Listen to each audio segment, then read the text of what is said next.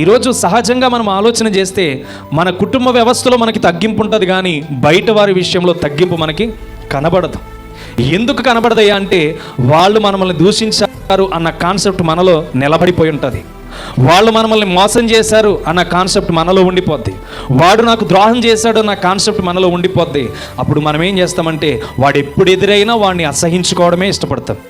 అవునా కదా? మనం ఎప్పుడు చూసినా వాడిని ఏం చేస్తాం? అసహించుకుంటూ ఉంటాం, వాడిని అవమానపరుస్తూ ఉంటాం. వాడేదైనా కాలు జారి ఏ పొరపాటో చేసుంటే వాడి గురించి అల్లరి చేయడానికి కూడా ఇష్టపడుతూ ఉంటాం. అవునా? వాడి గురించి అల్లరి చేయడానికి కూడా మన నాలుక ఆలస్యం చేయదు. వాడికి ఇది జరిగిందంట, వాడు ఎలా చేశాడంట అని చెప్పి మన నాలుక ఆ వ్యక్తి గురించి ఏం చేస్తుందంటే వెంటనే అల్లరి చేయడం ప్రారంభిస్తుంది. పరలోకమందున్న మీ తండ్రి కంటిలోనికి మీరు వెళ్ళాలంటే, మీ తండ్రి కుమారులుగా కుమార్తెలుగా మీరు పిలవాలంటే ఏం చేయాలంటున్నాడంటే మీ శత్రువులను ప్రేమించుడి.